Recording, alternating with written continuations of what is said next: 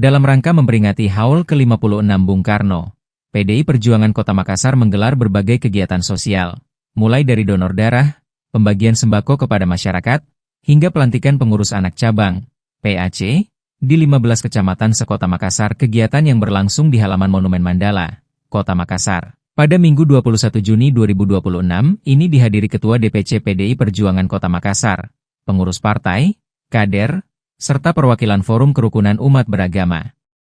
Ketua DPC PDI Perjuangan Kota Makassar, Andi Suhada Sapaile, menyampaikan bahwa peringatan HAUL ke-56 Bung Karno yang jatuh pada 21 Juni menjadi momentum untuk meneladani semangat pengabdian kepada rakyat melalui berbagai aksi sosial. Selain donor darah dan pembagian paket sembako berupa ubi, kacang-kacangan, dan bahan pangan lainnya, PDI Perjuangan juga melantik pengurus PAC dari 15 kecamatan di Kota Makassar. Menurutnya, pelantikan kader baru didominasi oleh generasi Z yang diharapkan mampu membawa semangat baru serta memperkuat kerja partai di tengah masyarakat.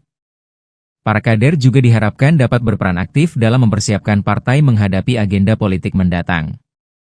Dengan bertambahnya kader muda yang didominasi generasi Z, PDI Perjuangan Kota Makassar optimistis dapat memperkuat konsolidasi organisasi serta meningkatkan pelayanan dan pengabdian kepada masyarakat menjelang agenda politik di masa mendatang. Ardi melaporkan.